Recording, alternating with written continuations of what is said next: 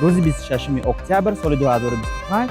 یعنی پگاه دیگه شهر بختر عایشه باشه بعد ساعت 8 سر بکنیم یعنی ساعت 7 دیگه هفت دیگه در همین کافه لوت شوین 8 علاقه مصر میکنیم بدون نگاه موتور ما رفتیم